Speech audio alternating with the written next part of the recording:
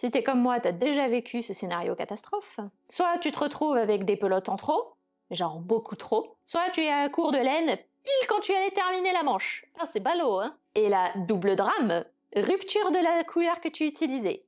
Ou pire, elle n'existe plus. Catastrophe monumentale. Adieu le pull de rêve. Bonjour le gilet sans manches improvisé. Mais je te rassure, avec quelques bonnes astuces, on arrive à faire en sorte que cela n'arrive plus. Ouf. Bon, déjà, première chose, regardez les recommandations du modèle. AKA, lis les instructions même si c'est ennuyeux. Oui, je te vois, toi, là, qui est en train de sauter les infos importantes, là. Les modèles de tricot, ils sont là pour une raison, hein. C'est qu'ils te donnent les infos nécessaires pour pouvoir tricoter le modèle. Alors avant de foncer acheter ta laine, regarde bien de quoi le modèle parle. Ça peut donner de bonnes idées. Bon déjà, type de fil, fingering, DK, sport, bulky, blablabla. Parce que tricoter un pull prévu en fingering avec de la grosse chunky, ça sonne pas comme une bonne idée, hein. Les quantités de fil aussi, ça va permettre aussi de gérer les quantités de fil. Ça va te dire le nombre de mètres, le nombre de grammes dont tu as besoin. On note tout ça.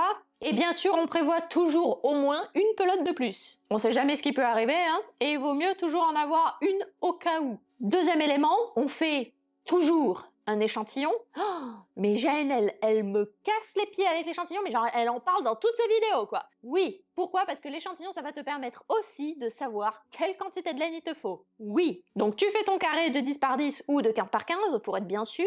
Tu fais ton échantillon et là, tu as deux éléments qui peuvent se produire. Par exemple, un élément le plus courant, c'est que tu n'as pas le même échantillon de rang. Si tu n'as pas le même échantillon de rang, ça veut dire que tu auras besoin de plus ou de moins de laine. Donc attention à cet élément aussi.